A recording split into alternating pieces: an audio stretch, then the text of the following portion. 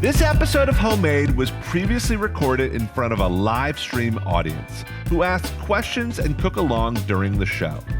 If you love cooking and want to join us in the kitchen, visit homemadecooking.com to register for free live classes. Now, let's get cooking. What's going on? Good morning. Yep, it is morning somewhere in the world who's watching this. Good afternoon and good evening. Welcome to Homemade.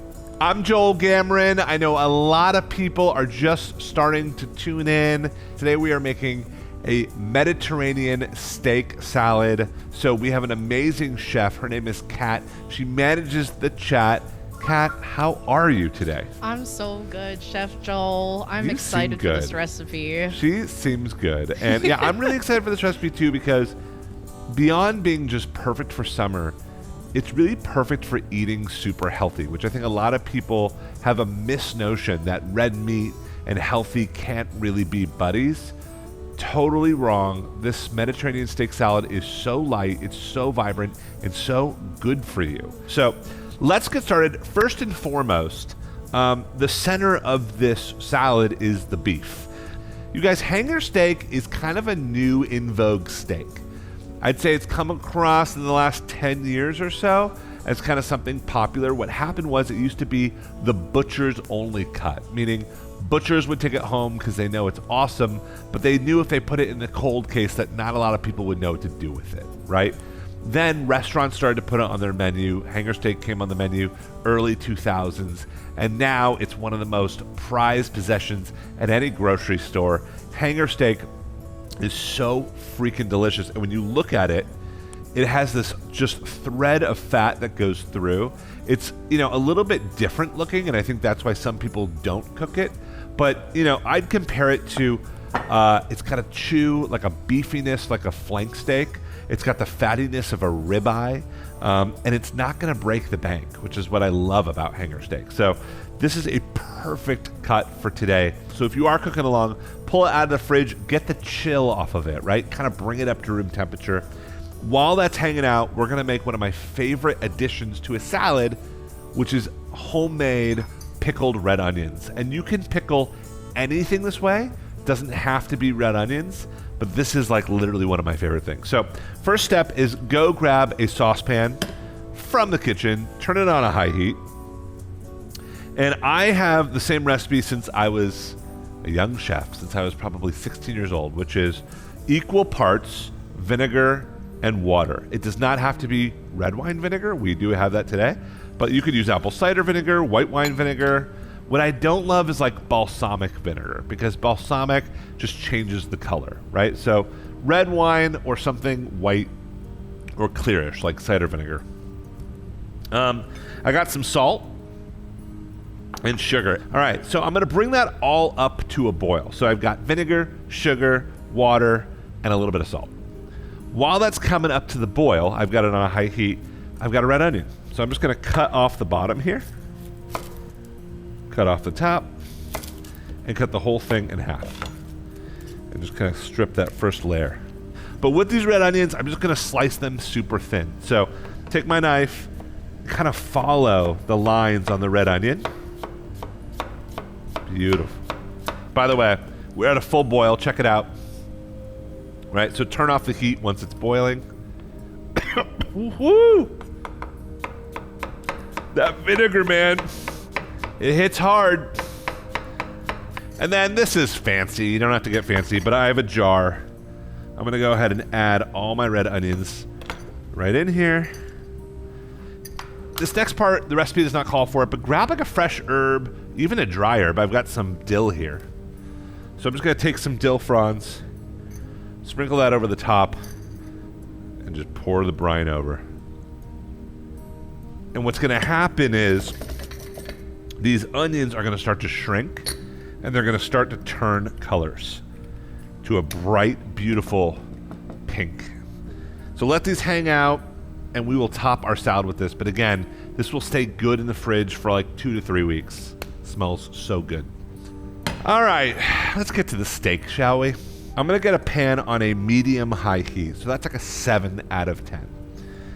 And I'm going to cook the steak the way that I would cook any steak. But the one thing I want to show, and Mikhailo, if we go to a close-up here, yep, it's just how thick this particular hanger steak is. I mean, here's my hand. It's probably 2 inches thick. So when you have a thick cut of steak like this, if you start on a really high heat, obviously you're going to get a really good crust on the outside, but the middle is going to be very rare. So I kind of like a 7 out of 10 where you can kind of keep flipping it, keep nurturing it until you get where you want to go. So what I'm going to start with is just a good amount of salt right over the top. Just on one side for right now. And then a good amount of pepper. I like a lot of pepper on my steaks. Totally up to you, but it just builds a really good crust. Let's show that up top so everyone can see the crust on there. See how crusty that is? If I miss a spot, I go back over. I want it really crusty. That looks good. Grab a couple of tablespoons of olive oil into that nice warm pan. It does not have to be screaming hot when you add your steak in. And then I pick up my hanger steak. And look at this. We'll talk about which muscle this comes from. But I just kind of lay that in. And I don't hear the sizzle yet, and that's okay. The steak is coming up to temperature. The pan's coming up to temperature. It will get there, all right? All right, so I'm going to now crust the other side of the steak. I like to do, I don't like to crust it both sides on a plate. That's my own thing. I just feel like when you do one side and the other side, it catches it all in the pan, keeps it cleaner. But totally up to you. All right, salt, pep. Lots of salt and pep. That's great. And we're just going to let that start to do its thing. It's starting to smell amazing. And you guys saw that thread of fat that goes through the hanger steak. That just starts to give its love as it heats up. It starts to melt. And from the inside, it just injects beefy fattiness that just bastes this steak and makes it so freaking delicious. And you can smell it immediately. So every couple of minutes or so, when you have a big steak like this, just go in there with some tongs. You'll see it's not brown yet. It's getting there. And give it a good flip. So in a couple of minutes, I'm going to keep flipping, and I'm going to let you know how we know it's done.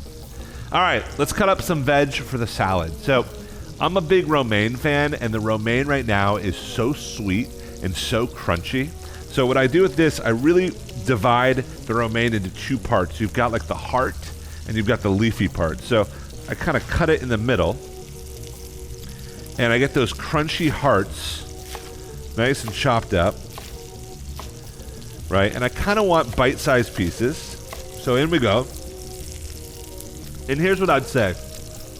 Now, the top is a little different. The top in the middle, you'll notice there's these little guys. I love these. I like to keep them whole, right? They're just like little crunchy bits that just add different textures. So I keep those whole. And then these big guys, I kind of roll up and almost shred these. So 3 different textures. We've got these bite-sized crunchy bits. We've got kind of like these handheld little roll-ups, and then you've got this kind of confetti. All right, next up, I've got a cucumber. Love these cucumbers. The skins are a little bit thick, so if you want to peel them, go for it, but I kind of like the thick skin. One thing I'd keep in mind is I like to take the top off, bottom off, cut it in half, and then I look at the seeds, and this one's pretty seedy, like meaning the seeds look pretty big.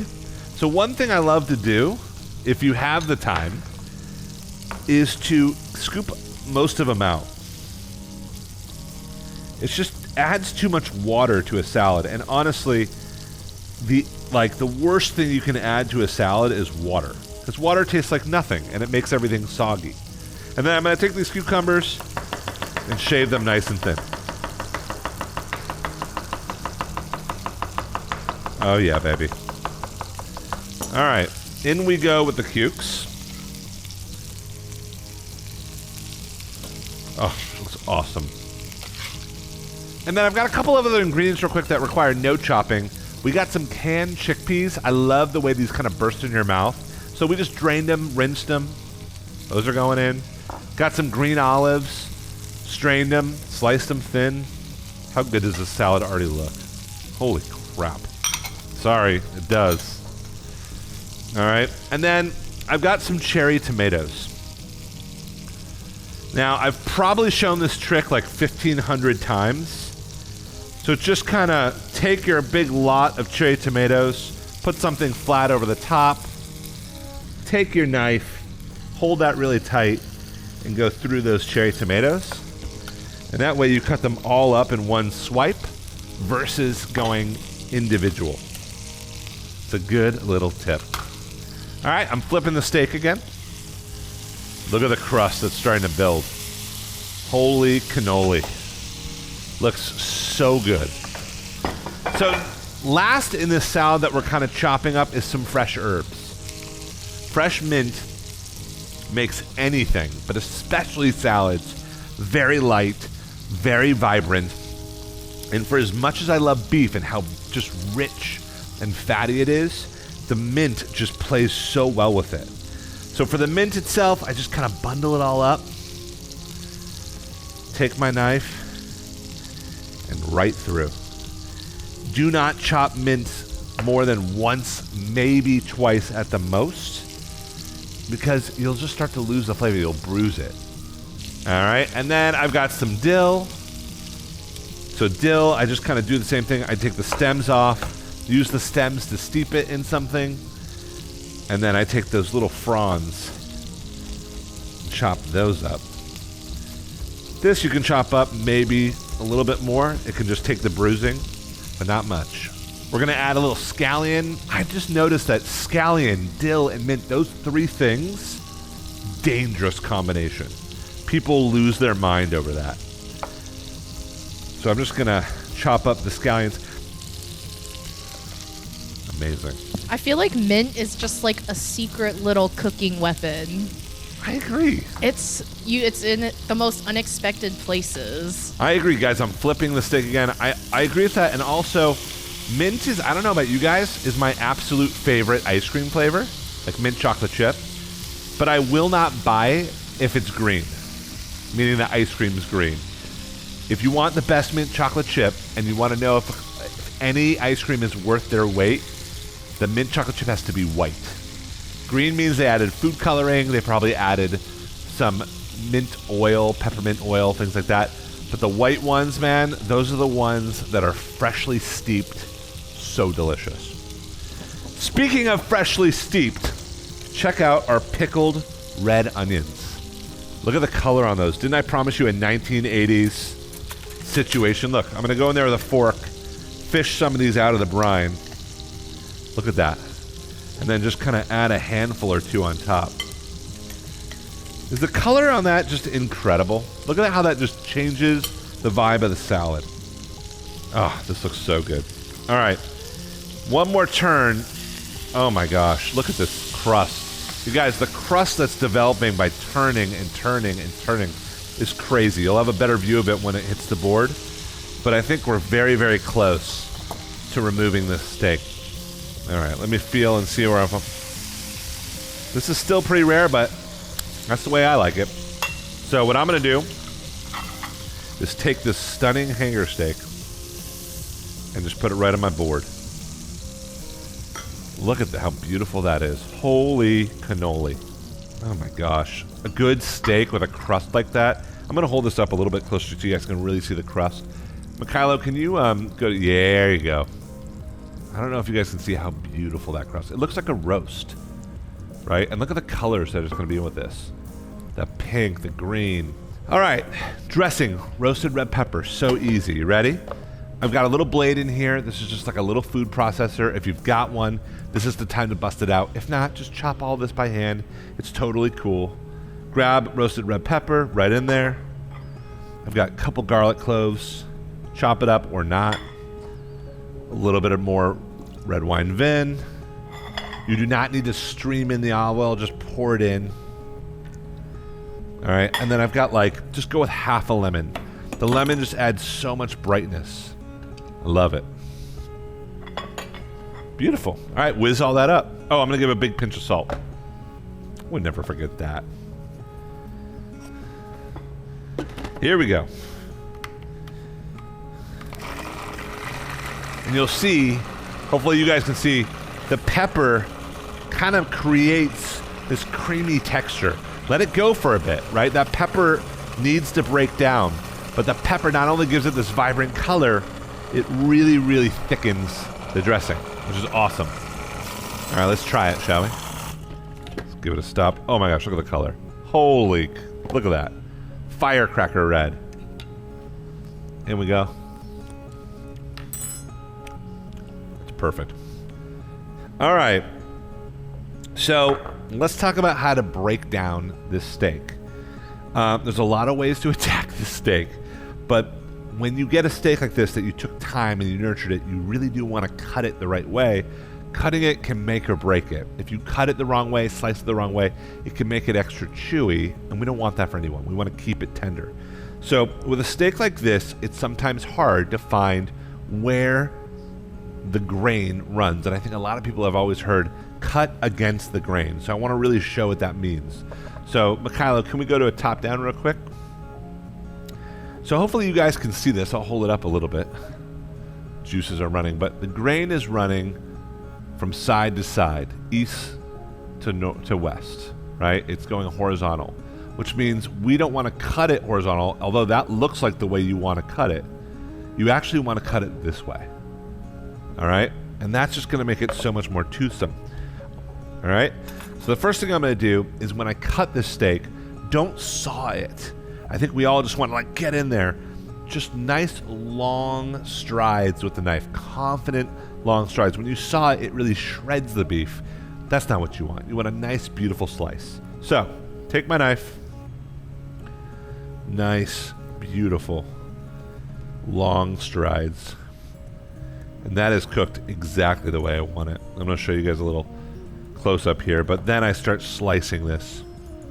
Look at that. A little bit on the rare side, medium rare. I mean, come on.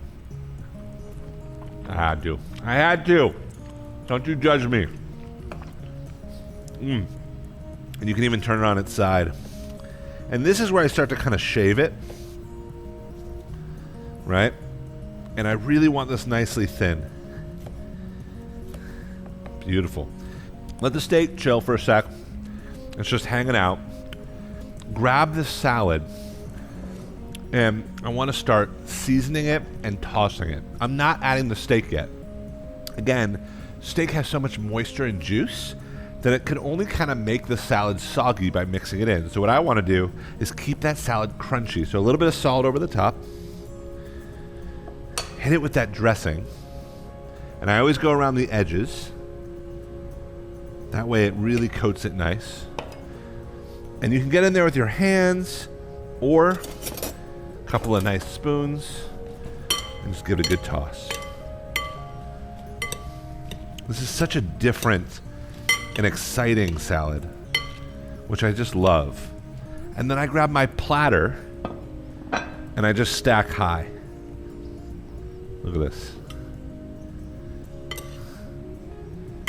Just grab a nice heaping spoonful from the bottom. So you get all those cucumbers, all those herbs. Oh my gosh, this is just summer on a plate.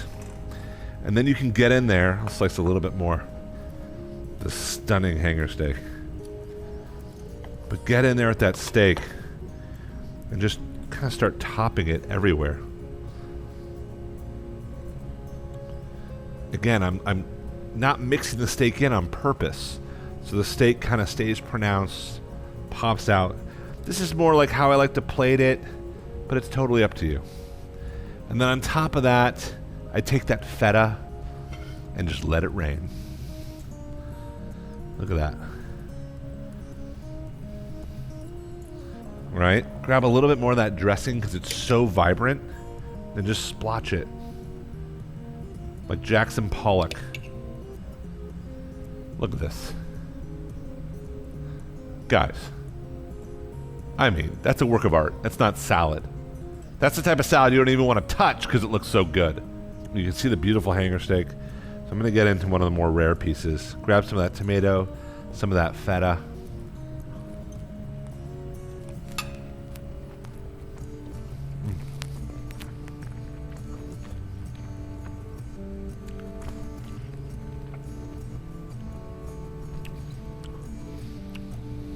one of the better salads I've had in a long time. It just works. Man, that beef is just so rich, and it's just cut by the saltiness of the feta. That red pepper is sweet, and so are those pickled red onions, so that works. And then you just get crunchy bits, like a little bit of the chickpeas, a little bit of the olive. One more beautiful shot. Let's show it. Whoo-wee! Stunning. Stunning. Go to your local farmer's market, get some plump, beautiful tomatoes, pick up a gorgeous piece of meat, make something amazing, simple. You don't need to do a big heavy sauce. Salt, pepper, lemon, keep it bright, keep it fun. Cook something amazing this weekend. Hopefully you're with friends or family or have some solo plans and solo time. Whatever is on your schedule, enjoy, cook it up. Thanks for joining. We'll see you next time on Homemade. Enjoy your weekends. See you, everybody. Hey there, I'm Joel Gamoran. I'm the head chef and founder of Homemade, and we launched Homemade with the idea that we want to bring cooking and the kitchen to the world. So if you love cooking and want to join us in one of our free live stream cooking classes, head to our website, homemadecooking.com. That's homemadecooking.com to register today. Now, sit back, relax, watch a little bit more cooking maybe, and enjoy the rest of your flight.